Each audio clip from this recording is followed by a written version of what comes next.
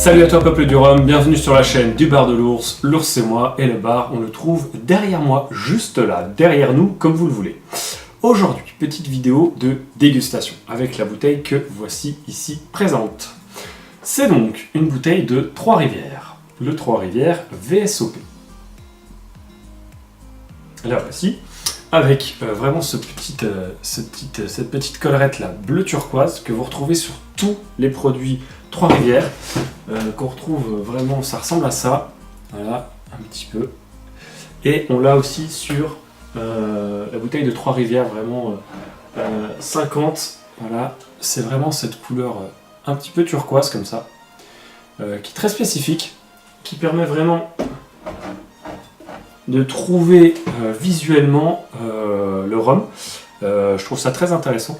On a vraiment cet aspect visuel qui reste marqué avec le Trois-Rivières, avec cette couleur qui moi me plaît beaucoup, qui est très sympa, qui est un petit peu vive, qui éveille l'esprit comme ça. Enfin voilà, c'était la petite minute communicant. Donc cette bouteille, on est sur une bouteille qui est à 40 degrés d'alcool, qui a été vieillie en fût de chêne pendant plus de 5 ans, quasiment 6 ans. Donc c'est un petit peu un faux VSOP, puisque les XO peuvent être appelés XO à partir du moment où ils ont été vieillis à un minimum de 6 ans. Donc on est quasiment sur un XO.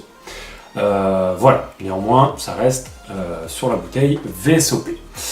Donc c'est du pur jus de canne, puisque c'est un rhum agricole, il est fait à base de pur jus de canne. Il a l'appellation AOC puisque c'est une bouteille qui vient de Martinique, et qu'en Martinique ce sont les seuls à avoir l'appellation AOC pour les rhums agricoles. En Guadeloupe on retrouve notamment l'IGP si je ne dis pas de bêtises. Voilà un petit peu.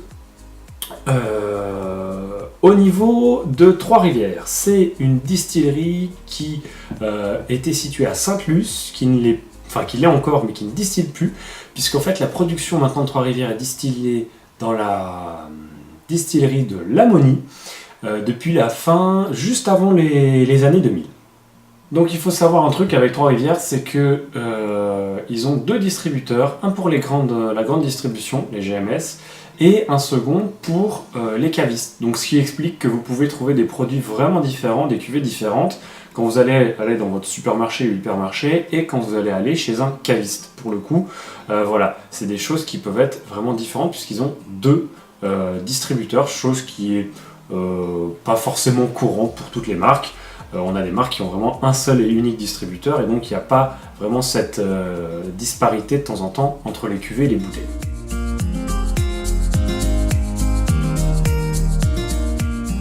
Elle fait très cuivrée, cet aspect cuivre. Elle est très très nette. Elle est très très propre, je trouve. Elle fait un petit reflet à cajou. Elle est assez jolie.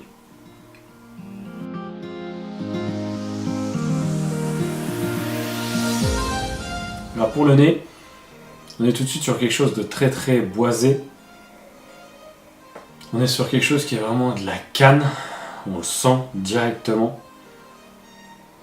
Il y a un petit poil de caractère, et en même temps, ça reste assez doux, ça fait presque un petit peu mielleux, presque un petit peu dessert. C'est légèrement fruité, et on a l'écorce d'orange qui ressort, je trouve,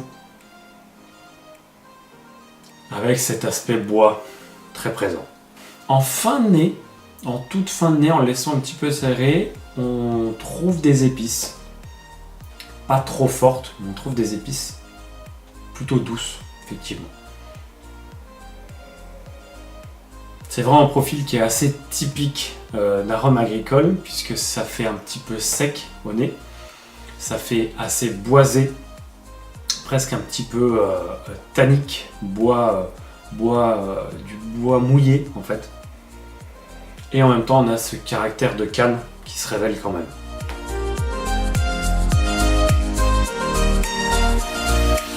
Alors en bouche, on est effectivement sur un rhum agricole. On le sent directement. Il y a une petite attaque vive dès le début. Sur l'aspect canne, il y a le côté boisé qui ressort aussi. Mais on a presque un petit côté entre guillemets sucré qui fait assez doux. On n'a pas un profil trop sec comme on pourrait retrouver sur certains rhums agricoles. On a le profil sec qui est là, c'est indéniable. Si vous le mettez dans les mains d'un novice qui n'a jamais bu de rhum agricole, il va vous dire waouh, effectivement c'est très sec, c'est très costaud. Mais pour un rhum agricole, on n'est pas si fort, je trouve, en bouche. On a presque une bouche qui est un tout petit peu gourmande. Et je trouve ça assez intéressant. C'est pour ça que j'ai acheté la bouteille là. Parce que je trouve que ça permet de rentrer dans le monde des rhums agricoles, d'aller un petit peu plus loin que ce qu'on a sur les portes d'entrée assez douces, qu'on peut trouver de temps en temps chez les Guadeloupéens. Moi j'aime bien les damoiseaux, de Paz, voilà ce genre de choses, qui sont, domaine de Séverin aussi, qui sont assez rondes. Là on est sur quelque chose quand même de plus sec, mais on garde cette notion un petit peu sucrée, pas trop forte quand même en caractère en bouche. On a effectivement cet aspect presque frais, petite explosion comme ça en début de bouche, pof. Et on aurait peut-être une pointe de réglisse qui passe. Alors je suis incapable de dire si elle est au début ou fin de bouche. Elle est mêlée, vraiment, elle est entremêlée avec cet aspect bois mouillé, je disais, bois humide en fait, qui est assez propre aux Trois-Rivières souvent.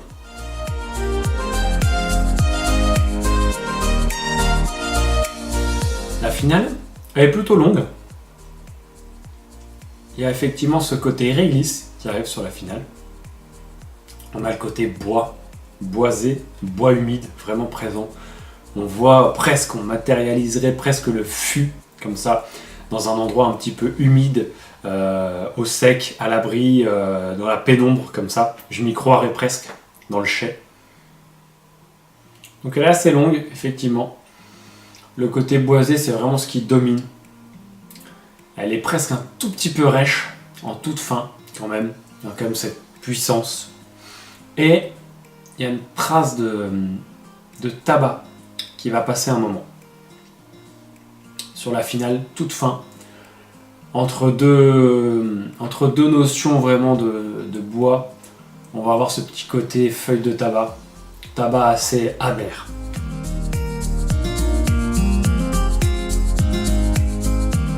Alors, on la trouve aux alentours de 38, 44, 45 € dans ces eaux-là, souvent. C'est un prix qui pour moi est honnête. Parce qu'on a vraiment un jus qui est de qualité, on a un savoir-faire qui est présent. On est vraiment sur un rhum agricole. Là, ceux qui aiment bien cet aspect, ils seront servis. Néanmoins, on a quand même ce petit aspect légèrement doux. Peut-être pas gourmand, pas non plus exagéré, parce qu'on a quand même un profil un petit peu sec, mais cet aspect un petit peu doux, un tout petit peu fruité, et pas si puissant que ça, mine de rien, qui peut quand même plaire et amener à des personnes à goûter ce genre de rhum.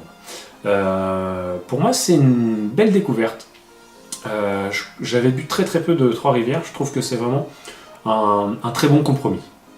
Alors pour résumer, je trouve qu'on est sur un beau produit et il mériterait en termes de notes un 3 sur 5, sûr et certain, ça c'est clair. Un très bon 3 sur 5. Merci d'avoir visionné la vidéo les amis, n'hésitez surtout pas à commenter, partager, liker, venir nous voir sur la page Facebook aussi.